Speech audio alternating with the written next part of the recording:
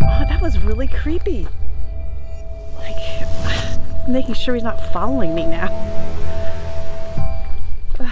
Hi, Janice from Theory of Simple. Thanks for coming back to my channel today. Well, today's video is going to show you a little bit of something that was a little creepy that happened to me a couple of weeks ago on a hike. And at the end of the video, I'm going to go over a few things that I'm going to be doing in the future to help me feel more secure on my hikes. What a beautiful day for a hike.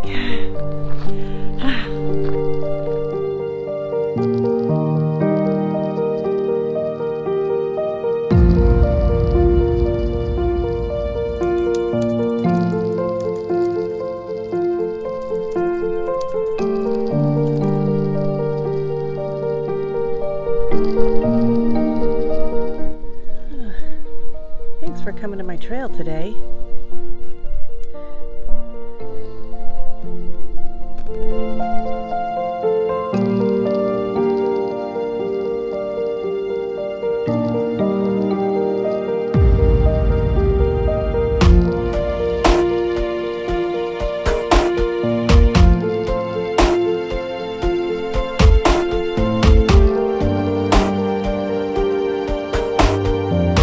I think the top is just around the corner.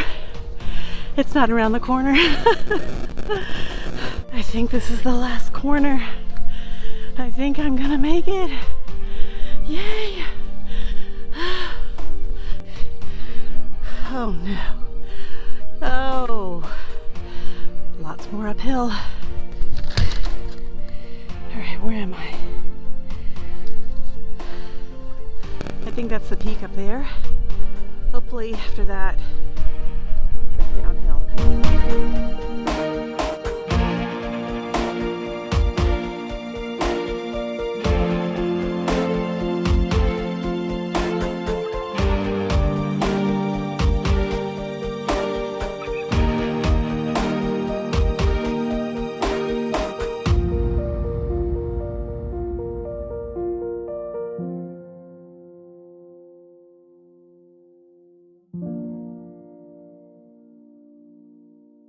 Like it's all downhill now.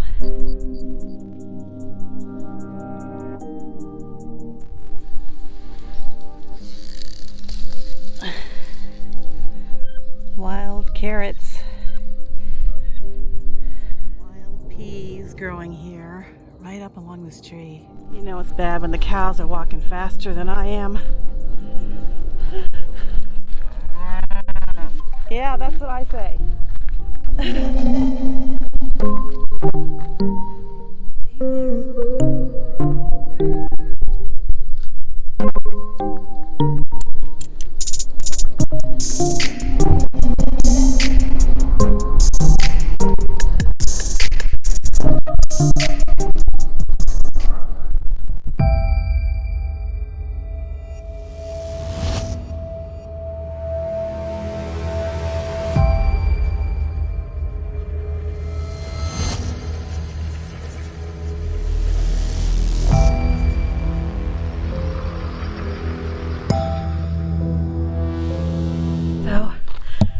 There's this guy back there in the white shirt on the trail.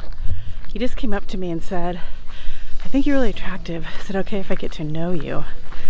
Like, just out of the blue, stop me. It's those creepy things like that make me like, yeah, no. I mean, that was really creepy. Like, making sure he's not following me now.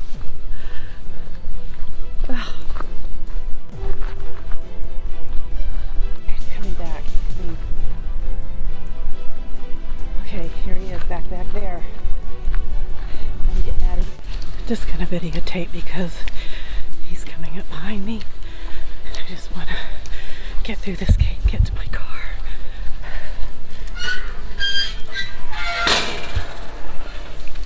So this way, I don't know if he's gonna get close enough, but I just don't want.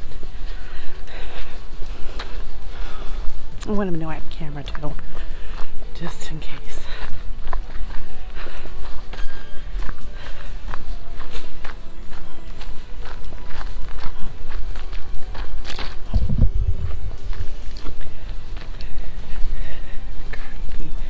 Creepiness, creepiness.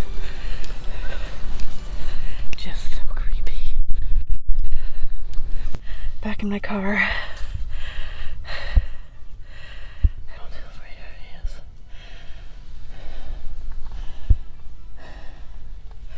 That seriously was like one of the creepiest moments I've ever had hiking out here. I don't know where he is. I don't know if he got in a car, I don't know, but I'm going home.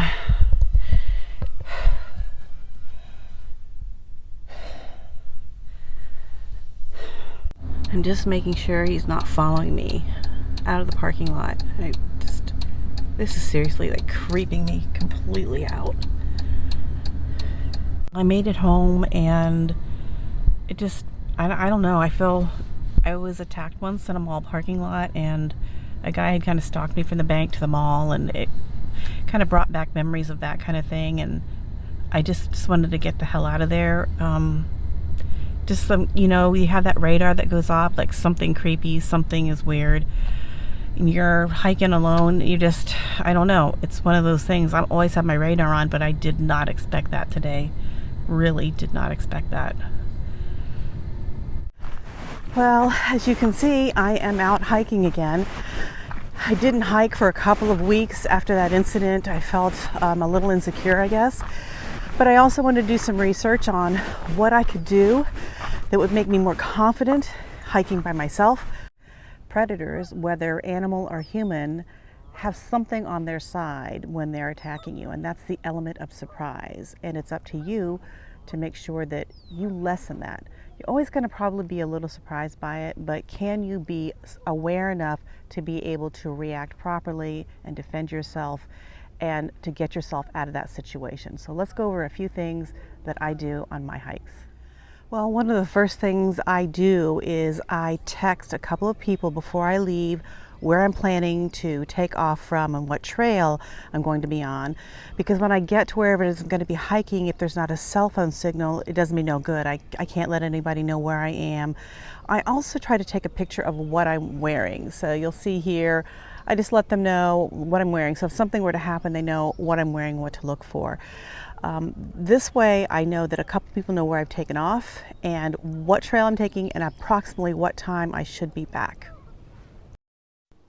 Also, you may want to take a picture of the trail map to text to someone and to keep it for yourself in case you lose your trail map along the way. Once I get to where I'm going to be hiking, I like to have a little bit of situational awareness. And whether that's in an urban setting like this or I'm really out hiking somewhere very remote, I like to be as aware of my settings as possible, which means I don't wear ear pods or anything in my ears. I like to be able, A, to listen to nature, but B, be aware if I hear something that's a little bit strange. You'll see in that video that the reason why I turned around is I heard that guy's feet on the gravel and I knew that he must have turned around to follow me. So that gives me that situational awareness and lessens that element of surprise for me. Pepper spray on a carabiner and a wristlet. This is going to help give you some space from your attacker, whether it's an animal or a human. This shoots out a gel, has a flip top, shoots 12 feet, and it isn't a spray, so it's not going to necessarily come back into my face and actually disable me. And it also has a chemical in it that when it hits my attacker, animal or human, that it'll leave something on them that even if they get into water to try to wash it off, that chemical stays on and can be detected by some special instruments that allow them to know they were sprayed. I keep this on my wrist just like this, because that way if it drops, I'm able to get to it right away, flip it up and use it. The last thing you want to be doing is fishing around in a pocket or a backpack for this. Keep it on your wrist. This is going to help reduce that element of surprise. As I carry a multi-tool. Now you'll notice the size of this one. It's not a huge multi-tool. I'm not out here to do any sort of crafting or fixing anything. The size of this tool fits in my hand like this.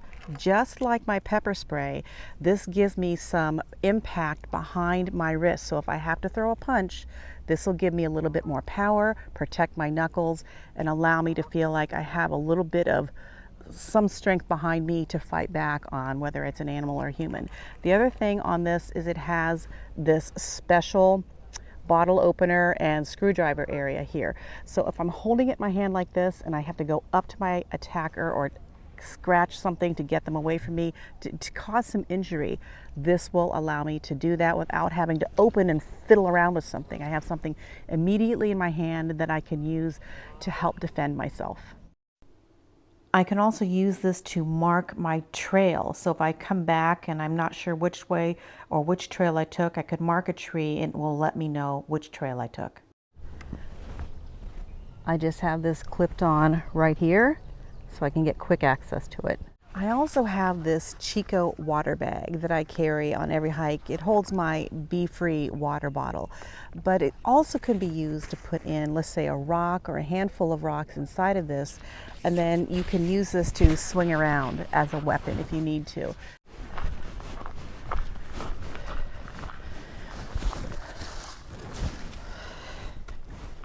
That's good.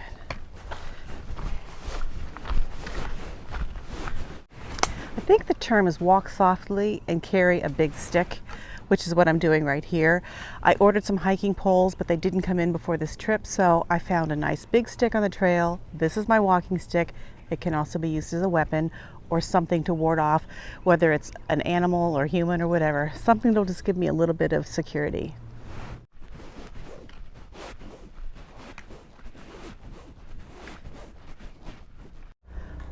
I also make sure I stay on the normal trail. This looks like it could lead somewhere, but this is the normal trail and it's on the map.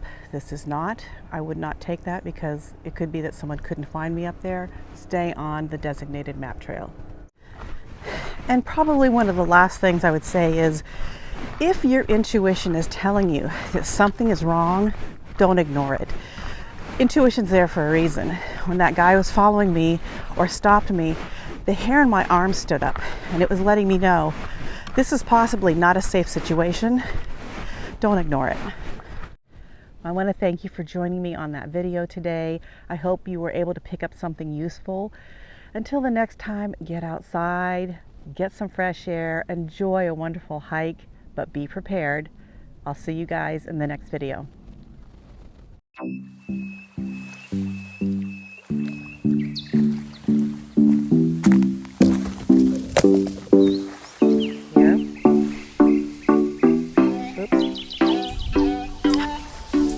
Blew in my mouth. Oh my God, my mouth is on fire.